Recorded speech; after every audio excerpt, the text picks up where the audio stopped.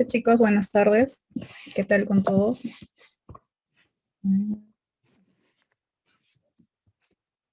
Soy la doctora Andrea Tawa, soy docente de pediatría de la academia y junto conmigo vamos a ver hoy la primera parte de lo que es el repaso teórico de este segmento. Esta es la dinámica de la clase que vamos a usar.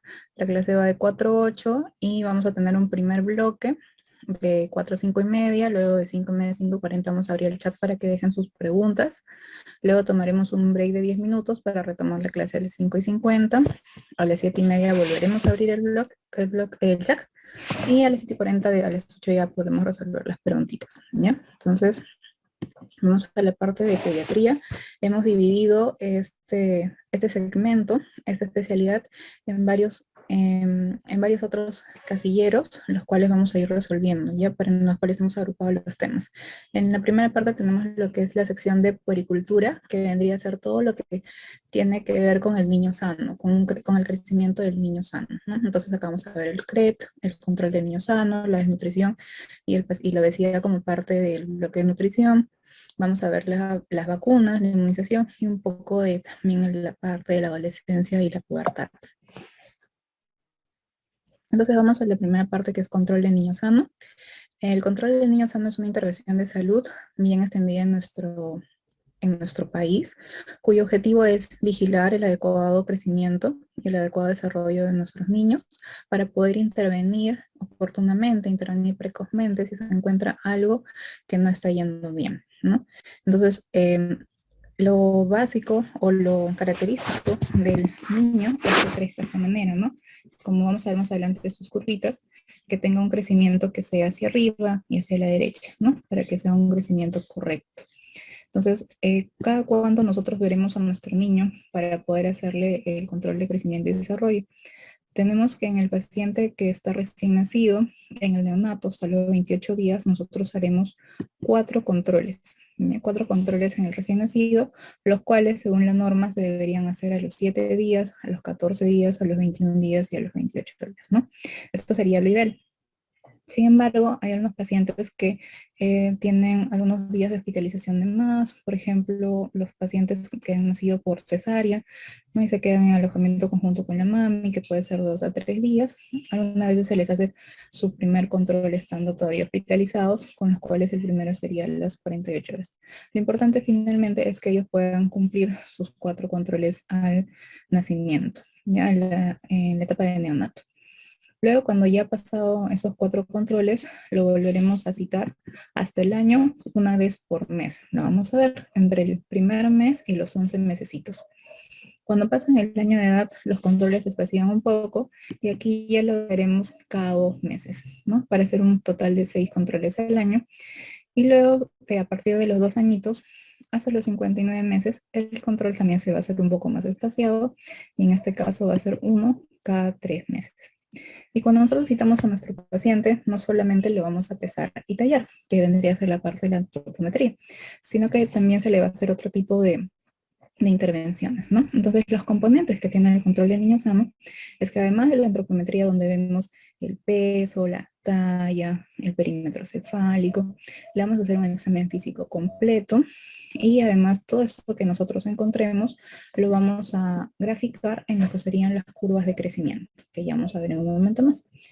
Para ver el desarrollo, además, vamos a usar diferentes test, diferentes escalas, para ver si nuestro niño, según la edad que tenga, está cumpliendo con ciertas habilidades que para cierta edad ya debería tener, ¿no? Vamos a ver también que en la sesión del crecimiento y desarrollo se aprovecha para hacer la parte de la vacunación, según la edad que tenga el paciente cuando lo veamos. Además de eso, se hace lo que sería el tema de la alimentación y la suplementación, como por ejemplo, cuando un paciente tiene anemia, ¿no? Se le va a indicar sus suplementos, ya sea sulfato porroso o micronutrientes, según la edad en que se encuentre, y también se le van a hacer diversos tamizajes a los niños, como por ejemplo el tamizaje ocular, ¿no? Ese es uno de ellos. Y finalmente, según lo que se encuentre, algunos pacientes requerirán estimulación, unos más que otros, y se hará la consejería final a los padres, tanto por el tema de estimularlo neurológicamente, como en el tema de la alimentación, y para que sigan acudiendo a sus controles. Entonces, Definamos crecimiento. Entonces, crecimiento es solamente el aumento de la masa corporal, que puede ser por hipertrofia o puede ser por hiperplasia, ¿no? Que puede ser porque las células se hinchen o que porque aparezcan muchas más células, ¿verdad? Es centrípeto y está modificado en el caso de los niños por temas genéticos. Hay niños que por sí no van a crecer mucho o van a crecer poco, dependiendo, por ejemplo, de la talla de los padres, ¿no? O la contextura de los padres. También por temas nutricionales, ya que si son niños desnutridos, pues tampoco van a llegar a la talla esperada o la talla deseada, ¿no? Igualmente en el peso se van a ir quedando. Y también tiene que ver mucho el factor social y la estimulación. Luego tenemos el desarrollo. Para definir desarrollo hablamos que es la maduración que hace que los niños adquieran diversas funciones, diversas nuevas habilidades, ¿no? Finalmente, para que tengan una capacidad funcional total. Es decir, que yo pueda ir agarrando nuevas habilidades, ¿no? Crecer es solamente aumentar mi masa, aumentar mi peso. Desarrollo ya es un tema más complejo. Es centrífugo, se refiere a esto de que las habilidades van a empezar desde lo que sería la parte de la cabecita hacia abajo, ¿no? Como por ejemplo el control cefálico, que es lo primero que hacen los niños. Y cuando hablamos en el crecimiento de que es centrípeto, es porque inicia por los miembros. Por ejemplo, lo primero que crecen son los miembros superiores y los miembros inferiores, y lo último que suele crecer es el tronco, ¿no? Y en el tema del desarrollo también está muy modificado por factores genéticos y ambientales. Como la adquisición de habilidades tiene que ver mucho con la estimulación que se le hace a los niños, si esta no está correctamente o bien en un ambiente cruento o un ambiente no adecuado, o en los cuales no se les estimula bien, no se les presta atención, ¿no? También eso se va a ir viendo retardado, ¿no? Entonces, en crecimiento, por temas de exámenes y también por cada vez que recibimos un paciente, eh, sin necesidad a veces de pesarlo, detallarlo, podemos tener una idea de más o menos según su edad, cuánto debería estar pesando, cuánto debería estar tallando, ¿no? Que es lo que usualmente hacen los médicos que tratan niños, o los pediatras, ¿no? Que hacemos cuando vemos un niño y tiene, por ejemplo, un añito y nos dicen que pesa 8 kilos, ya nosotros más o menos por estas estimaciones ya sabemos que algo debe estar ahí incorrecto, ¿no? O por el contrario, si nos dicen que pesa mucho, tipo pesa, no sé, 15 kilos, también nos damos cuenta de que debe haber algo que está fallando ahí, que en este caso, ay, más pausadito, en este caso de que el paciente está con un peso muy aumentado, ¿no? Entonces, para esto tenemos que conocer cuál es la velocidad de crecimiento de nuestros niños. Entonces, tenemos aquí primero algunos datos, ¿ya? En su primer trimestre, los niños chiquitos, entre los 0 y los 3 mesecitos, ¿no? Entre que son neos y pasan los 3 meses, van a crecer más o menos de 1 kilo a 1,2 kilos por mes, ¿no? Es aquí donde crecen un poco más mientras son bebés, ¿no? Luego tenemos que entre los 4 meses y los 6 mesecitos van a crecer entre 800, van a aumentar de peso, perdón, entre 800 a, eso aquí es importante, entre 800 a 900 gramos por mes, ¿ya? Y luego cuando ya hasta que lleguen al año, va a bajar un poquito ese aumento de peso en gramos, puede ser entre 700 y 800 gramitos por mes, ¿ya? Luego esto más o menos va a bajar a la mitad cuando llegan al añito. Entre el año y los 2 años será de 400 a 450 gramos al mes, para que hasta los 5 añitos sí puedan aumentar un poco más, que sería de 2 a 3,5 kilos por mes, ¿no? Que es un poco más rápido la velocidad de crecimiento. Entonces, estos son datos puntuales que habría que no calcular para poder sacar la edad de los pacientes, el peso de los pacientes, sobre todo en los que son los más chiquitos, sí es importante recordarlos. Y en los que son más grandecitos, que están entre 1 y 6 añitos, podemos usar la siguiente fórmula de acá, que nos habla de que teniendo la edad de mi paciente en años, la multiplicamos por 2 y le sumamos 8 kilitos, y con eso más o menos tendríamos lo que sería el peso en kilos para esa edad. Ahora también hay que tener en cuenta que el peso, tomando el base el peso del nacimiento, va a ir sufriendo algunas modificaciones que son más fáciles de recordar. Por ejemplo, cuando un niño llega al 5.º mes, va a duplicar el peso con el que nació, ¿no? Entonces esto es importante también para poder hacerlo más rápido, ¿no? Entonces al quinto mes será por 2. Al año, más o menos lo triplica, ¿no? Al año sería por 3, y cuando llega a los 2 años, lo cuadruplica, ¿no? Por 4, ¿no? Entonces eso sería el peso del nacimiento por 2 a los 5 mesecitos, el peso del nacimiento por 3 al año y el peso del nacimiento por 4 a los 2 añitos. En el tema de la talla es muy similar. Tenemos que entre los 0 y los 3 mesecitos van a crecer 4 centímetros por mes. Una vez más, cuanto más chiquito es un poco más importante recordarlo, porque es aquí donde podemos ver algunas alteraciones precozmente, ¿no? Tenemos que entre los 4 y los 6 meses va a crecer 2 centímetros por mes. Luego entre los 7 mesecitos y los 12 meses, 1 centímetro por mes nada más. Y luego ya entre el año y los 2 añitos va a crecer de 10 a 12 centímetros por año. ¿Ya? Aquí cambia, acá es por año. Luego tenemos que entre los 2 y los 5 años, de 5 a 7 centímetros por año también, ¿ya? Por año. Y para guiarnos aquí tenemos que nuestro pacientito cuando tenga un año más o menos va a tener 50% más de la talla con la que nació. Es decir, más o menos un 150% de la talla con la que nació. Es así, si los niños nacen más o menos con 50 centímetros, al año tendrían 75 centímetros. ¿Ya? Y a los 4 años, igual que en el peso, a los 4 años va a duplicar lo que sería la talla del nacimiento. ¿Ok? Acá tenemos lo que sería otra cosa importante que ver, es el perímetro cefálico. Los niños suelen nacer con un perímetro del nacimiento de 35 centímetros más o menos 1 centímetro, ¿no? Entonces estaría en un rango de 34 a 36 centímetros mínimo. Y conforme yo lo vaya citando en mis controles de CRET, yo voy a ir viendo cómo esto va a ir variando. Y es muy importante porque muchas patologías se pueden detectar aquí. Por ejemplo, cuando aumenta demasiado, ¿no? Cuando aumenta pasando la velocidad que debería, y teniendo en cuenta que los niños tienen todavía las suturas sin funcionar, fácilmente se eleva el perímetro cefálico, lo cual nos indica que hay hay algo que está ocupando ahí espacio, ¿no? Que está haciendo que eso se extienda, que puede ser líquido, puede ser un producto de una hidrocefalia, por ejemplo, o puede ser algo sólido, producto de algún quiste, producto de algún tumor, ¿no? Que es importante referir a tiempo, porque el control de crecimiento y desarrollo por lo general se hace en centros de primer y segundo nivel, ¿no? Hospitales más grandes muchas veces no cuentan con este tipo de servicios, y para hacerle referencia oportuna para que lo vea un neurocirujano, un neurólogo según corresponda, ¿no? Entonces, ¿cómo sabré yo si está creciendo o no adecuadamente el perímetro cefálico a mi pequeño? Entre los 0 y los 3 mesecitos va a crecer 2 centímetros por mes, ¿ya? Y estos datos sí son un poco más, este sí es muy, muy importante recordarlo, ¿ya? Entonces lo vamos a poner así. Entre los 0 y 3 meses, 2 centímetros por mes. Entre los 4 y los 6 mesecitos, 1 centímetro por mes. Y entre los 6 a los 12 mesecitos, 0.5 centímetros al mes, nada más, ¿no? De esta manera tenemos que un niño a los 6 mesecitos tendrá más o menos 44 centímetros de perímetro cefálico y al año más o menos 47, ¿no? Y con eso tú te puedes guiar, ¿no? Si tienes un niño que tiene, no sé, 3 meses y ya está más o menos por los 43, 44 centímetros, ya tú sabrás que eso está demasiado elevado para esa edad, ¿no?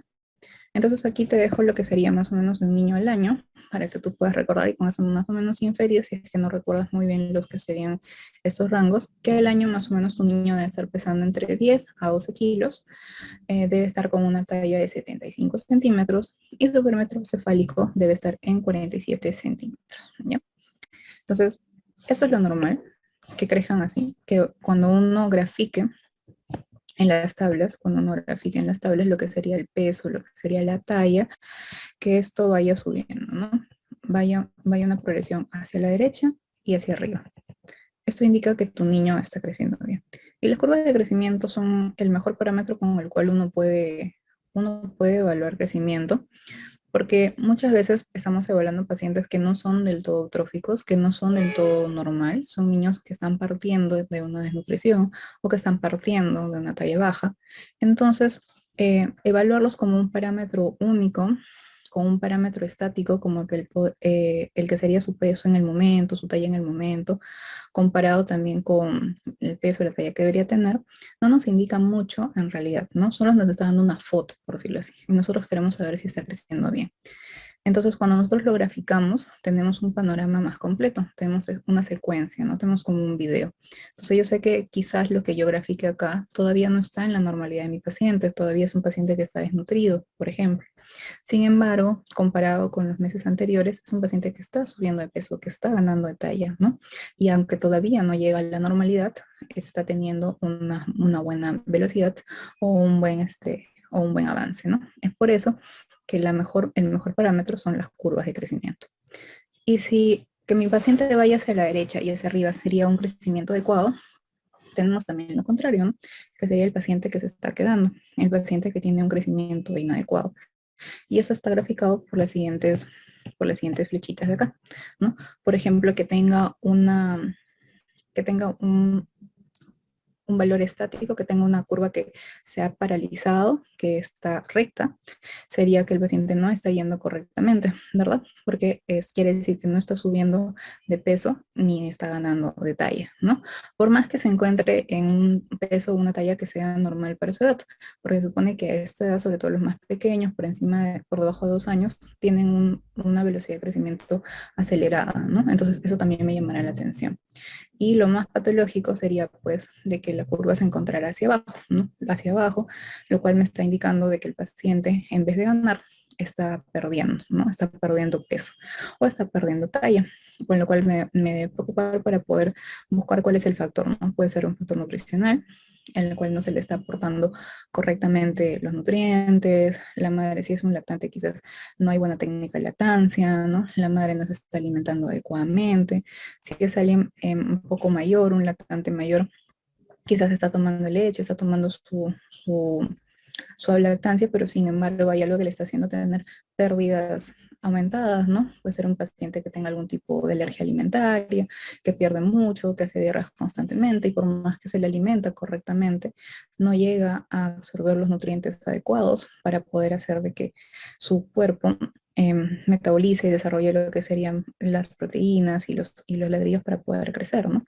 Entonces esa es otra opción, que sea por enfermedad, ¿no? Puede ser por déficit o puede ser por enfermedad o puede ser un tema genético también, ¿no? Y entonces habrá que buscar la causa exhaustivamente para que el paciente pueda volver a su curva normal y pueda crecer, ¿no?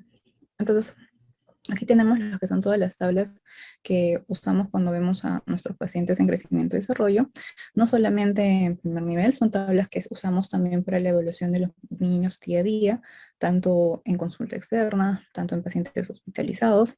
Y es importante tenerlos a la mano porque, una vez más, los pacientes a veces llegan a hospitalización o consultorio y a pesar de que parece que están eutróficos, en realidad no lo son y ya están partiendo un fenómeno o un evento de enfermedad desde una desnutrición, ¿no? De por sí la enfermedad hace que estemos en un proceso hipercatabólico, con lo cual se gasta más energía, se gastan más calorías, se gasta todo demás. Así que el paciente durante ese proceso necesitará que se le aumenten más los aportes, ¿no? Los aportes en calorías, los aportes en proteínas, carbohidratos, en lípidos, etcétera. Por lo cual es importante conocer de dónde estamos partiendo. Tenemos lo que sería la tabla de peso para la edad, que es la que está aquí. Es peso para la edad. Entonces, en abajo tenemos lo que son las partes de los años aquí, ¿no? Años, y acá tenemos el peso y lo vamos a graficar. Como te das cuenta, aquí nosotros ya tenemos diversas medidas en las cuales nos dicen si nuestro paciente está mal o no está yendo correctamente, ¿no?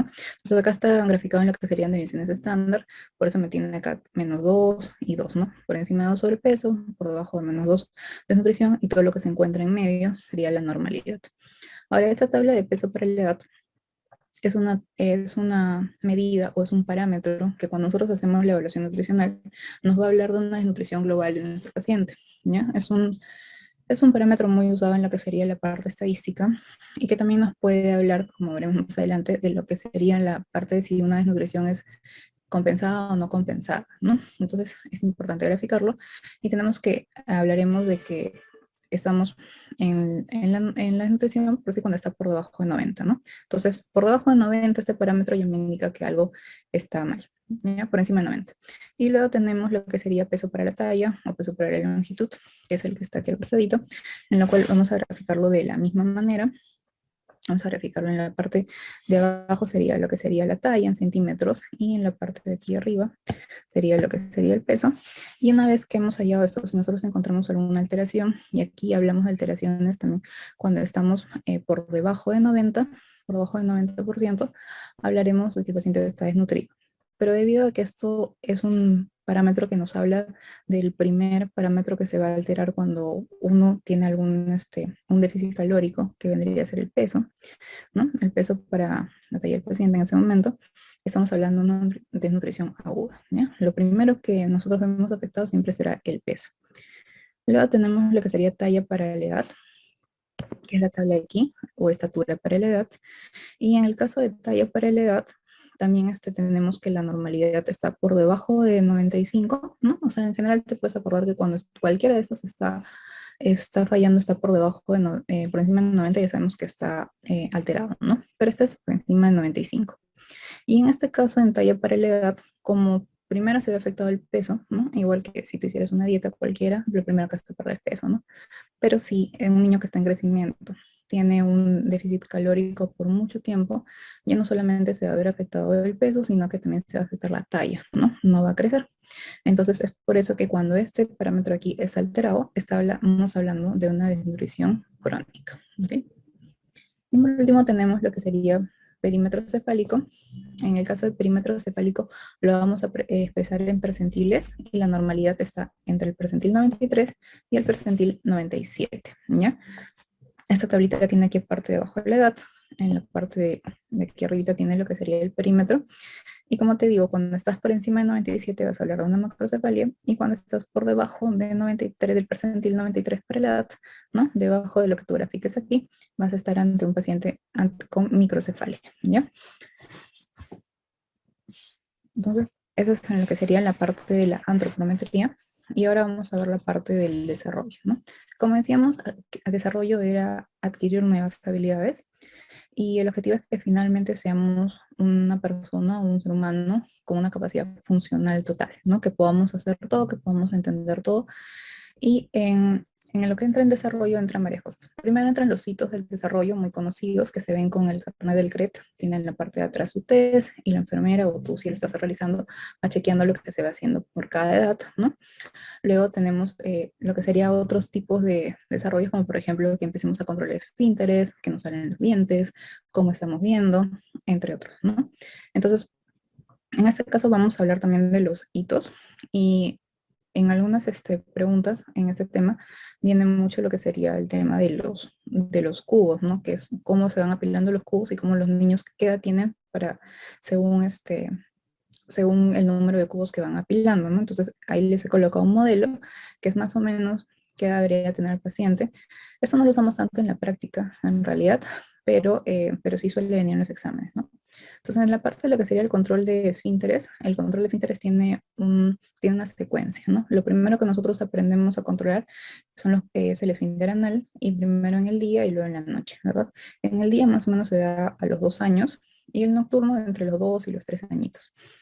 Luego, lo que es más difícil es que los niños puedan controlar lo que sería la orina, no la diuresis. Entonces, lo primero que hacen es controlarlo durante el día también. Y esto se suele dar más o menos a los 4 añitos.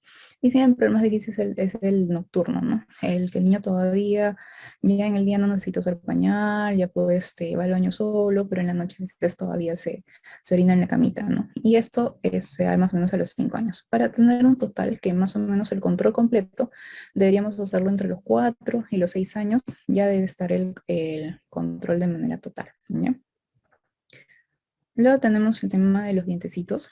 Los primeros dientes que aparecen o que nos salen son los centrales incisivos inferiores, y esto es algo que ha sido bien preguntado.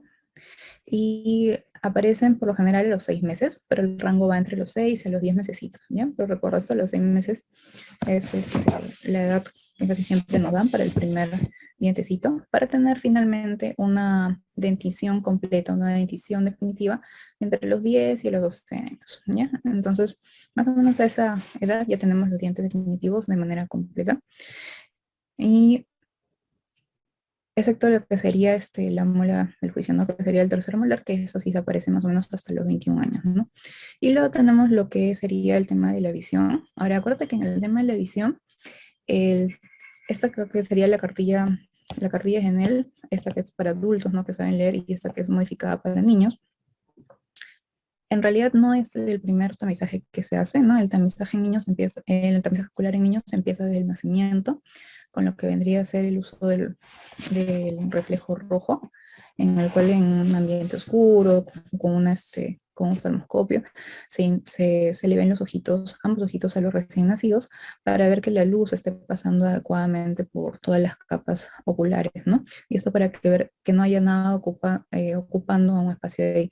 Es importante porque a través de eso podemos encontrar patologías que son de esta manera fácilmente detectables y que pueden cambiar el curso de la vida de un paciente, como por ejemplo tumores.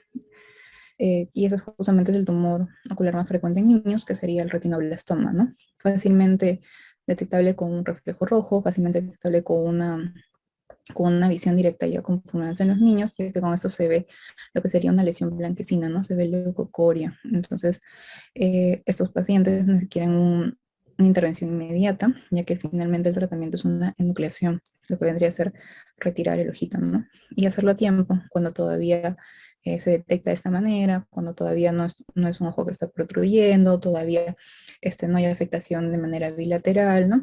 Y poder hacer finalmente la colocación de una prótesis, ¿no? En el hospital donde trabajo, que es el Regal y Gatilla, muy frecuentemente ese tipo de pacientes referidos de diversos lugares, referidos desde el primer nivel de atención, ¿no? Ante médicos o licenciadas que han hecho de manera muy capaz este tipo de tamizajes, ¿no? O también vienen pacientes del interior del país en los cuales no se hizo la detección a tiempo y ya vienen muy afectados, ¿no? Ya con edema y incluso con protrusión del globo ocular, ¿no? Y a veces infectados, ¿no? Y a veces también con metastasis, ¿no? Por eso es importante que nosotros conozcamos esto y podamos hacer los tamizajes adecuados. Otra parte importante de lo que sería el desarrollo es la visión normal.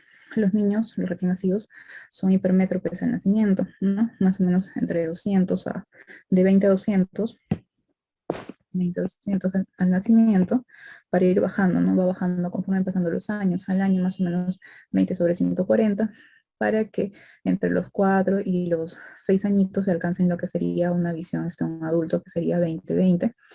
El rango más o menos es entre los 5 y los 8 añitos, ya que no son la resta entre 7 y 8 añitos, lo que sería la visión de un adulto, ¿no? Y luego acá, como te comentaba, tenía los problemas de los cubos, que suele venir mucho en las preguntitas. Tenemos el primero acá, que es la verdad ya muy fino.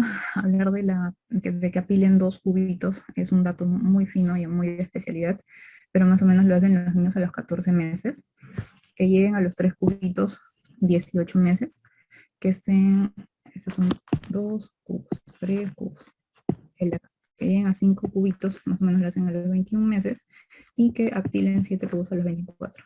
El otro dato que a mí me parece importante es este de aquí, que es cuando pueden hacer un puente, cuando pueden hacer un puente con los cubos, y es a los 30 mesecitos. Y esto, fusionado con otros hitos del desarrollo, nos va a poder dar una orientación de cuál es la edad del paciente para poder trasladarlo a lo que serían las preguntas, ¿ya?